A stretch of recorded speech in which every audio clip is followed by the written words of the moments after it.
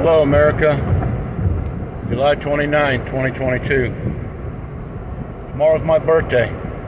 I'll be 63 years young.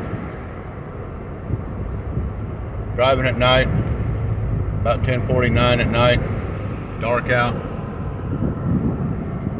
Reminded me of the darkness that's in the hearts of men that are pulling all these mass shootings. An absolute thick darkness, thick as the night. Back of the cave darkness. It's a darkness that men get into, and because they cannot understand it, and there is no light in their life, either the light of the gospel, the light of good parenting, the light of skilled mentors, the light of education, the light of spirituality, the light of a good church, a good pastor. Goodness. Good things is what dispels darkness. Light. Good things is what creates light that dispels. There's nothing that will dispel darkness except light.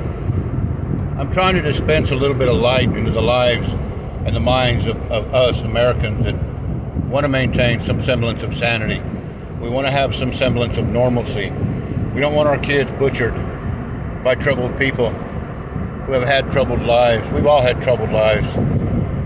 But not all of us are just jumping onto the bandwagon to go out and slay people and make a statement that, hey, I was troubled, I was this, I was that growing up.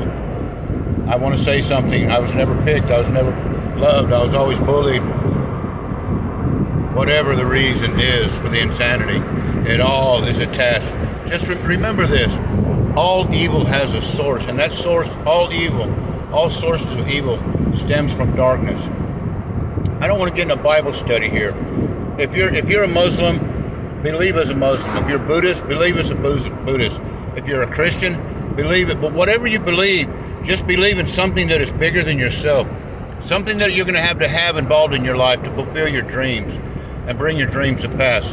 Just like we're going to have something bigger than ourselves to understand this darkness of mass shooting. The darkness, it's a darkness. It's as dark as that night out there.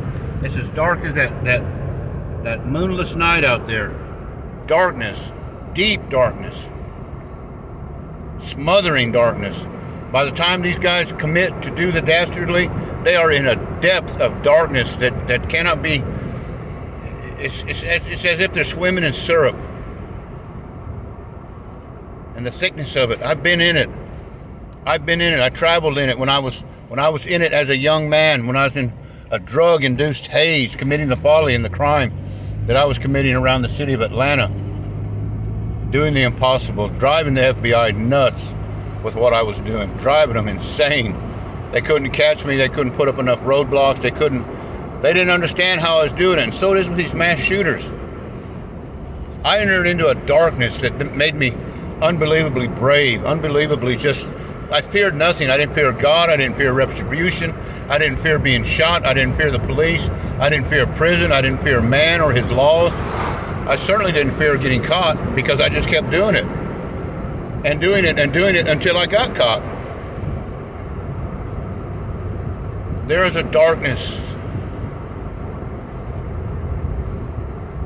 that is it is a fearful, agonizing, painful, pain-filled darkness of misunderstanding, of unloving, of non-connected darkness, where you are alone in this darkness.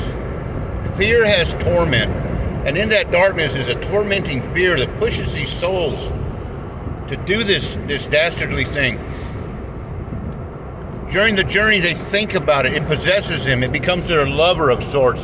They go to bed thinking about it. They wake up with it on their mind. They go through the day imagining themselves killing people, seeing themselves standing in a situation when they're doing the surveillance. Can I kill here? Can I kill there? Can I do this? Can I do what the last one did? And when all the answers and all the planets line up and they can say, yes, I can, then they form out a plan. They scratch out a time to do it. They scratch out a date. They pick the target, and then they launch out. They load the car. They put on the uniform. They put on the suit. Hold up the AR-15s. Check all the clips. Put the vest on. Make sure everything's a go. And then they sever. They write the manifesto, or they write the note, or they don't write anything. They just get in the car and go.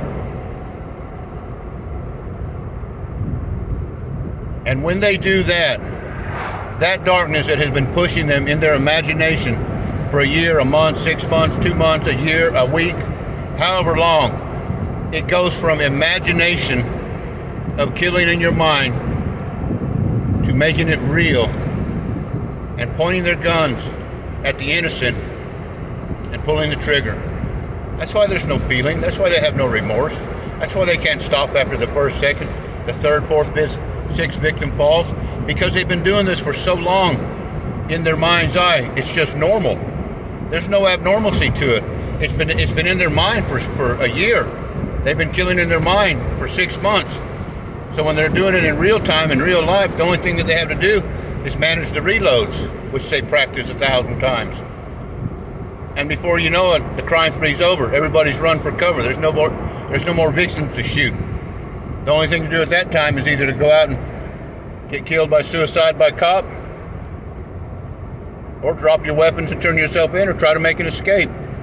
The folly's over. Many of them, in all honesty, never get to that point of it being over. They imagine everything except to that point of it being over, of them being done with the killing. They don't see it that far. Many of them don't. Most of them don't. I wish I could share with America one day. Maybe if somebody started watching these videos and really got to the point where they would need my help, I could share with them why I do this, why I do it. 40 years ago, no, I'm not even gonna put a hint out there. It wouldn't take too many pieces and bits of information to put it together why I do this. All right, that's enough for now. The thickness of this darkness is what we're dealing with.